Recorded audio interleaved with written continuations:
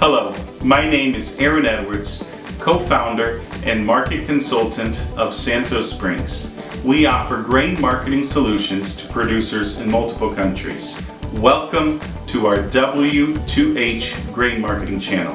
Go ahead and hit the subscribe button. I also recommend tapping the bell so you get future notifications. And if you like what you see, hit the like and share this video with other farmers who care deeply about their grain marketing. If you are a corn or soybean farmer, your revenue depends not only on your production, but also the answer to three simple questions: when, how much, and how you sell. One W, when, two H's, how and how much. Our W2H mentorship provides a clear, concise, and custom approach to answering each one of these three questions for your specific farm throughout the year. Before we start this week's content, it's always important to remember that trading in futures products entails significant risk of loss, which must be understood prior to trading and may not be appropriate for all investors.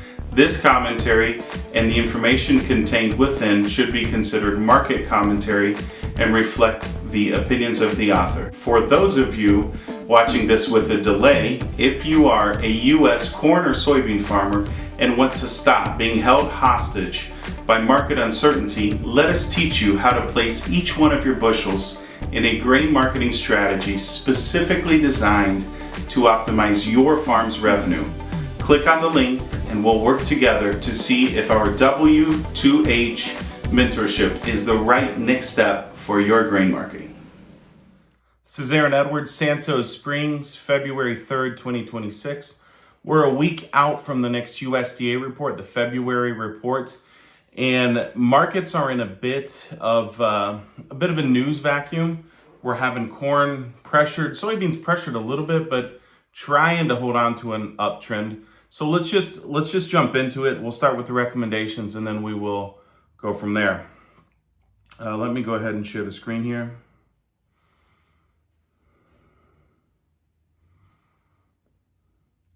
Okay, so the first thing for today, as far as recommendations, grab a marker. We'll go with this and go with yellow. No action recommended. This is tough because the clock is ticking, and we've got some positions that need to be moved in February, and it's tough to not take action. It's tough to kind of sit on our hands.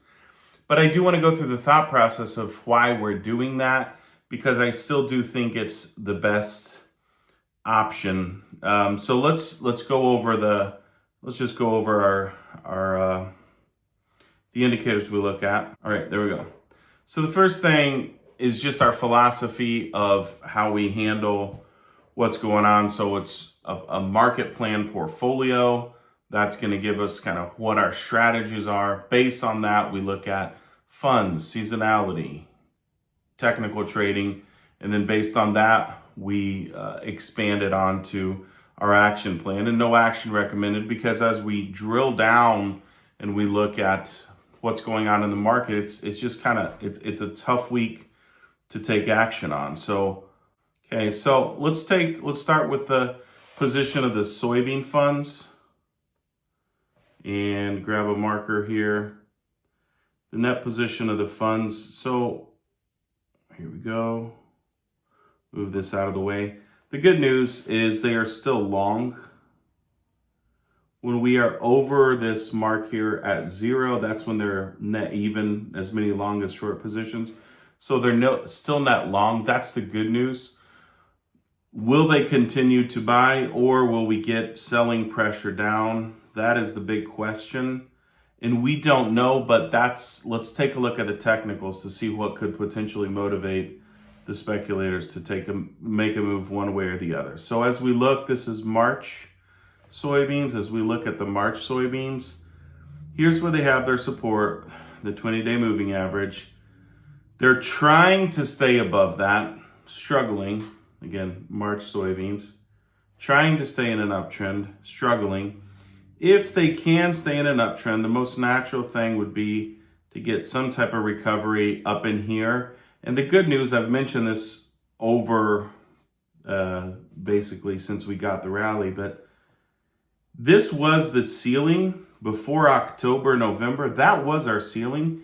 And what we would be talking about if this pans out is eventually getting support and getting a floor that is where the ceiling was during most of the 2025 crop year. There's not that many soybeans left to sell. And I actually think the soybean market might have a little bit of wind in the sails. What would it take for us to get that move? I think we need a friendly report next week. And then as we come into the battle for acres, that could weigh between corn and soybeans. That could be an interesting story. So I want to revisit that corn and soybean ratio later when we talk about corn. But it could be friendly. We could be supportive. And as we look at new crop soybeans, which is this next image, that's actually even a little bit friendlier or even more positive, because we're still above the 200-day moving average on that. And it just bounced off that. That's a pretty solid uptrend.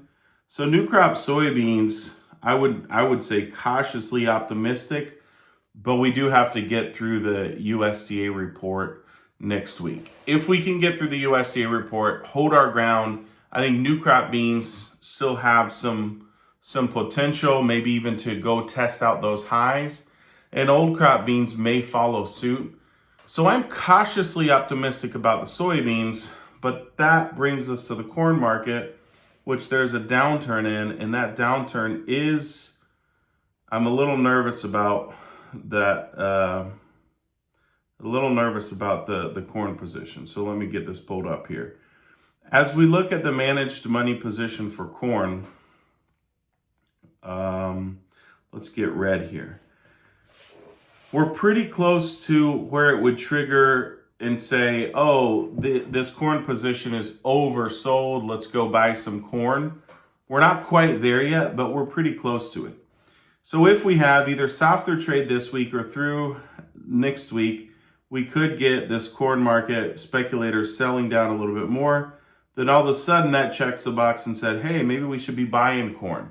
That could happen. I'm not saying I hope for lower prices, but we're very close to checking that box. Yeah, and it can stay down here a long time. That doesn't necessarily mean we turn around.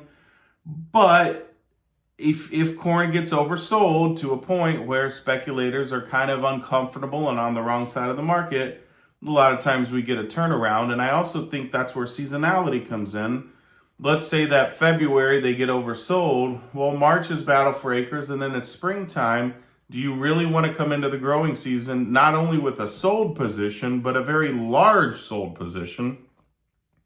What if there's a weather scare? What if there's some issues? So that's what I guess that would be my optimistic view on corn. But let's just look at the technicals where they're at right now. And this is the downturn that, in my opinion, is concerning. So as we look at March corn, let me grab the marker here.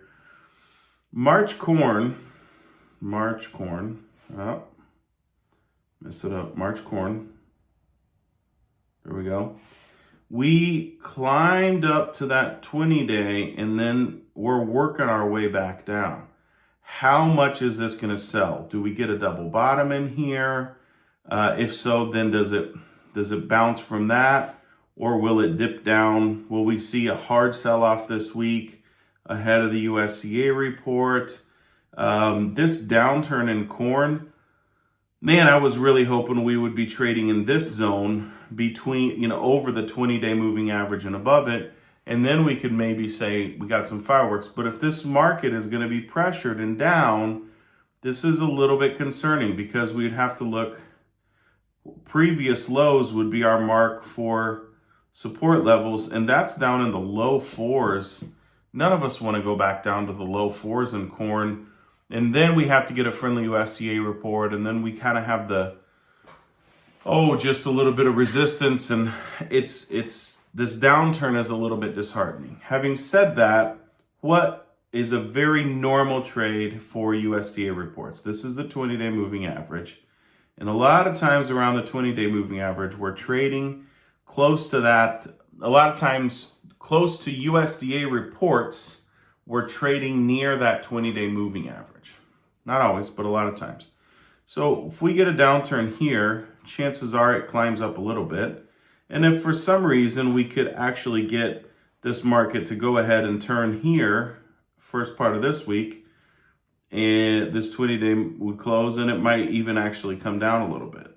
So regardless of whether we go up or down, I don't know if this 20-day moving average will be more like that or more like that, but I think there's a decent shot that we will be trading pretty much sideways. Maybe it's sideways to lower, maybe it's sideways to higher.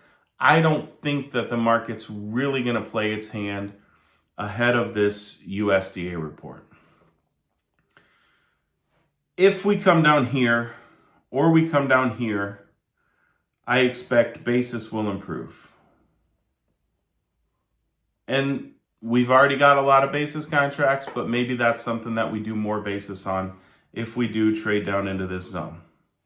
If we turn a corner, which is ultimately what we want, and this market goes up, that's just better. And then we can look at pricing opportunities or what we need to do with our calls or basis contracts down the road. So that's, in a nutshell, why no action is recommended. And then the final chart that I wanted to show is from new crop corn. And I wanted to just talk about the ratio between corn and soybeans. I'm gonna use rounded numbers.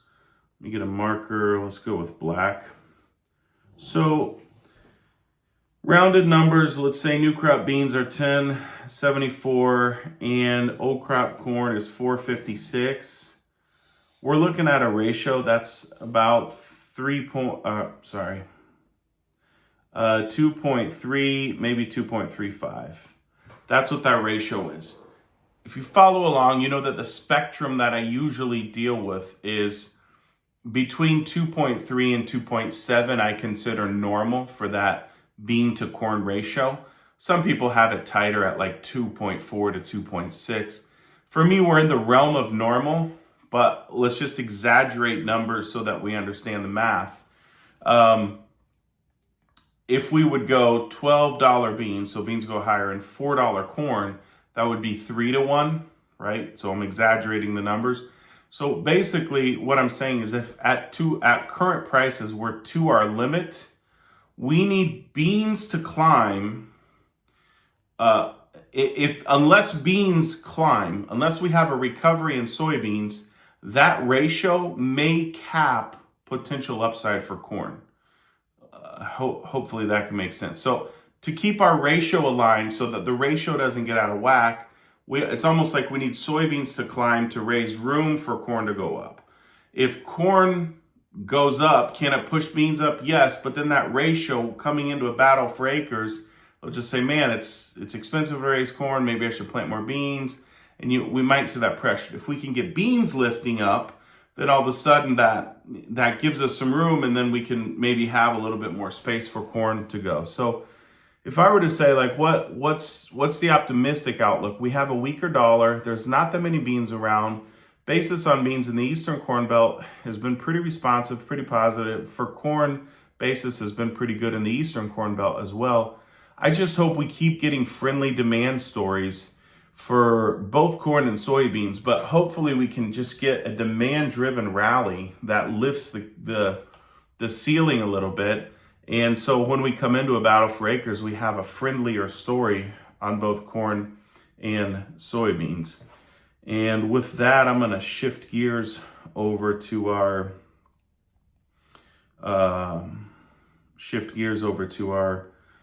summary. So let me share the screen.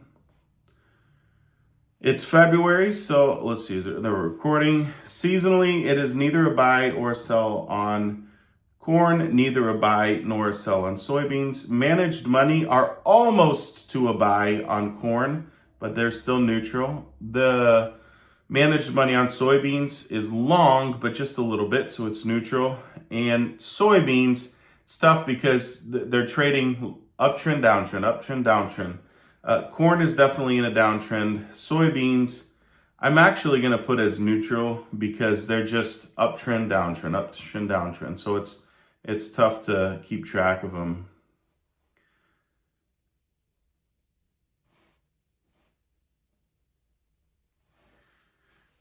Basis in the Eastern Corn Belt continues to track stronger than historic averages. In the Western Corn Belt, basis is lagging, but has been strengthening recently, even though it's still below historic averages.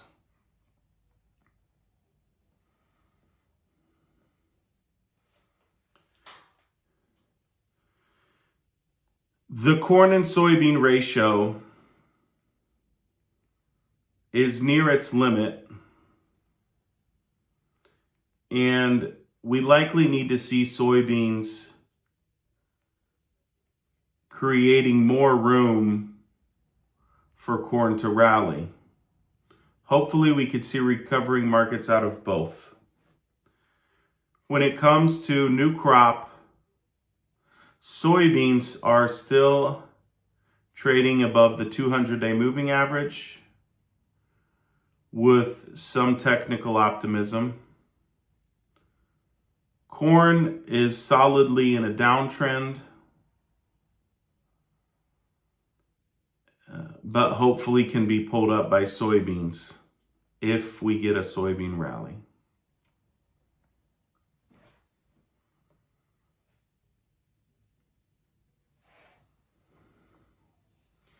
And then we had one question. I'm going to paraphrase it, but it's an interesting question. The question was basically, can we get a yield reduction? Can we get an acreage reduction out of double crop corn in Brazil because they're below their break-even prices? So could we get a reduction to corn yields, and could that be a bullish story? The short answer is yes. We can have yield acreage coming down, or yield for that matter. They're only about 10% planted on safrinha corn, so there's a long road ahead for crop development. So there could be a yield story. There could be an acreage story. The caveat to the acreage story is that just the way that the finances work down there in the farmer funding and the supply chain, most of the seed, fertilizer, chemicals, it's all already delivered on the farm, and farmers have signed notes. So it's almost better financially to plan it and risk it than to try to return your inputs, because they still have to pay the notes on the inputs that they've got no matter what. So since their supply chain isn't quite as efficient as it is in the US, that acreage really isn't that flexible, but it is a little bit flexible. And the other thing that it likely does is, don't think of like abandoning a strategy and reducing a significant amount of acreage, but like maybe farmers were thinking, I'm going to plant X amount of acres, and then they plant 80 or 90% of that much because they're not going to go out and buy more seed or more fertilizer, or maybe they say, hey, prices are low, but so acreage could come down. The other story on acreage is that CONAB, the Brazilian agency, actually has projected larger acreage than the USDA. So even if the CONAB acreage comes down, it might not change the USDA number because they're already over that. So this could be a story. Yield is probably a more likely story from the standpoint of market impact. So rainfall or dryness is probably a more likely bullish story than acreage, but both could be bullish. I would be surprised if either is a bearish story. Oh no, there's more acres than we expect. Oh no, there's a bigger yield than we expect, because the projections are already here. They're projecting huge, massive acreage and perfect yields. So I don't expect either one of those stories to be a bullish, bearish story necessarily. But if you're picking which story is more likely bullish, I would say yield on their safrinha corn is a more likely bullish story than reduced acreage. Although either is possible. It's something to keep monitoring. Hopefully we can get at least, we could sure use a turnaround in all these markets, but the corn market, man, we really could use a a rally. Hopefully we get a little reaction this week, but hopefully next week, get through the report, get the spec funds wanting to be long coming into spring and flipping their positions around. Hopefully we get a little bounce in these markets. Have a great rest of your day, great rest of your week. Let me know if you have any questions.